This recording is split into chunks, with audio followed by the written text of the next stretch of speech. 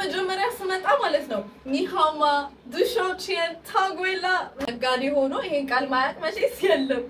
አንድ ቃል ትርጉም አላት። ለምሳሌ ሽባ ብል 18 ማለት ነውና ተሳስታችሁ የሆነ ቃል ብትጠሩ ስድብ ሊሆን ይችላል።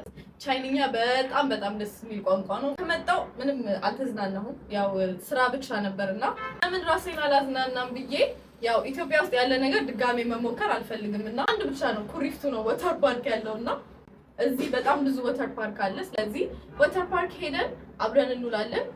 አብራችን ቆዩ።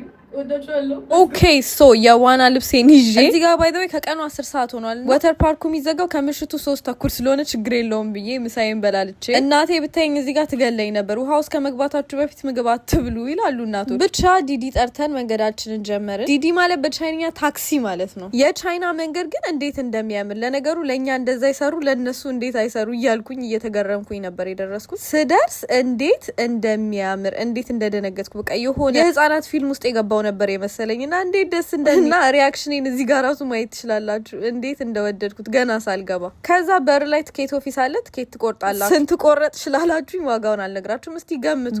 በጣም የማይታመን ዋጋ ነው። ባይ ዘ ዌይ ስትመጡ የዋና ልብሳችሁን ውጪ ገዝታችሁ ውስጥ ሁሉ ነገር በጣም ውድ ነው። ብቻ መቀየሪያ ክፍል ደረስኩኝ። መቅረጽ አይቻልም። ተደብቄ ነበር ስቀርጽ ነበር። ከዛ ልብሴን ቀየርኩኝ። ቻይኖች ባይ ዘ ዌይ ከስልካቸው መለየት ስለማይችሉ እዚህ ቻንገቴ ላይ ያደረኳት ፕላስቲክ ነገር ውሃ አታስገባ። ስለዚህ ስልካቸውን ይዘው ዋና መግባት ይችላሉ። እዩት፣ ስልኬን እየፈራው ውሃ ውስጥ ከተጨው ምንም ነገር አለ። ይሄ ማዕበል እንዴት ደስ እንደሚል ከፊት ለፊት መድረክ ስላለ ታዋቂ ሰዎች ምናምን ዝግጅቶቻቸው ምናምን ያቀርባሉ። ይሄ ሁሉ በአንድ ትኬት። ከዛ እየመሸ ሲመጣ ዘፋኞች ምናምን ይመጣሉ። እነዚህ የነሱ ሀገር ታዋቂ ናቸው ያላቃቸው። ብቻ በጣም ነበር ሁሉ ነገር ደስ የሚለው። ከዛ ደረጃ ላይ ወጣችሁ ይሄ ስላይዲንጉ እንዴት እንደሚያስፈራ በኋላ መቅረጻችሁ ስላለኝ ነው እንጂ እንዴት ደስ እንደሚል። ከዛ በኋላ ደግሞ የአረፋ አለ። አረፋ ውስጥ ራሱ ተዋኛላችሁና በጣም ነው ሁሉ ነገር ደስ የሚል። ብቻ ቻይና መታችሁ ቼሚሎንግ ወተር ፓርክ ሳትመጡ እንዳትሄዱ። ግን ማለት ነው አንድ ጥያቄ ያለኝ፣ ኮካ በየሀገሩ አንድ አይነት ጣዕም የለውም አይደል? እኔ ብቻ ነው የኢትዮጵያ ኮካ በጣም ደስ የሚል ምግብ ሁሉ ነገር ውስጥ ስላለ ምንም ይዛችሁ አትሄዱ። ብቻ ብራችሁን በአንዳንድ ነገር ነው የሚቀበሏችሁ። እዚህ ጋር ለሎከር 40 ብር ትከፍላላችሁ። 40 የቻይና ብር ማለት ነው። ብቻ እንደኔ ውሃ ለምትፈሩ ይሄ በጣም አሪፍ ቦታ ነው። ዛሬ እንግዲህ ባይ የምላችሁ ከውሃ ውስጥ ይሆናል። ሁላችሁንም ወዳችኋለሁ።